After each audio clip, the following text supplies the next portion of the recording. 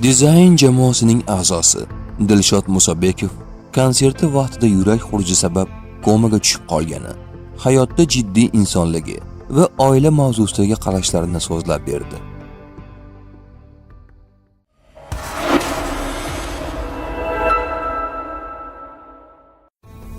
...2023-yilgi konsertda Qirol Lyudovik rolini o'ynaganman. O'sha yili konsertni 6-kuni syomka jarayonini o'tkazdik. Ertalab soat 4:00 da uydan yurak xuruji bilan 16-shahar shifoxonasiga tushganman. Shu tufayli konsertning 7-8 kunlari ishtirok eta olmaganman. Shok holatida bo'lganim sababli shifokorlar 2 kundan ortiq yasholsam yashab ketishimni aytgan. Shifoxona yaqinlarim, jamoadoshlar bilan to'lib ketgandi. Ichkarida yotibman-u, konsertning qolgan 2 kuni undagi 80% mas'uliyat meniki ekan haqida o'ylab yotibman.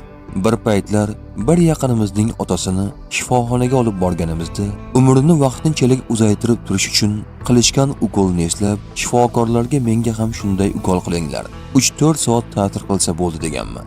Shunda bir shifokor qo'pol bo'lsa ham rost gapni dangal qilib aytgandi. Agar hozir shifoxonadan chiqib ketsang, qaytib kelmaysan bu yerga. Shu gaplarni aytishim shartmi dedi. Sa'dulla, bo'ldi o'ylamang. Biz hammasini o'zimiz amallaymiz. O'rningizga odam topib tayyorladik. Shuni aytish uchun yoningizga keldim.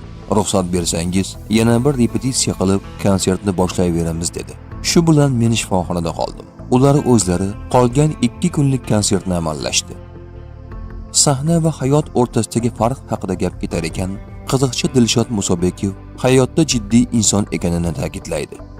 Muxlislardan sahna bilan hayotni aralashtirib yubormasligini iltimos qilardim. Hayotda yaxshigina jiddiy insonman. Chunki anchayin jiddiy mas'uliyatlarim bor. Oila boshi, hozirgi kunda bobo, turmush o'rtoq, ota, bosh farzandman. Otam olamdan o'tganlar. Ulardan keyin oilaning katta ustuniman. Sahnada kimnidir obrazini yarataman, rolimni ijro etaman. Ko'pchilik bilan birga o'tirganingizda ularni kuldirib o'tirishingizni xohlashadi. Bizning ham oddiy odamlardan ortiq joyimiz yo'q. Ularga o'xshab ishimiz, tashvishlarimiz bor.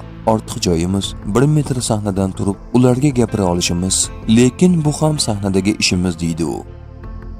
Dilshod Musabekov oila va farzandlar haqida gapira turib, ba'zi hayotiy masalalarga o'zining mulohazalarini ham bildirib o'tdi. Bir o'g'il 2 qizning otasiman.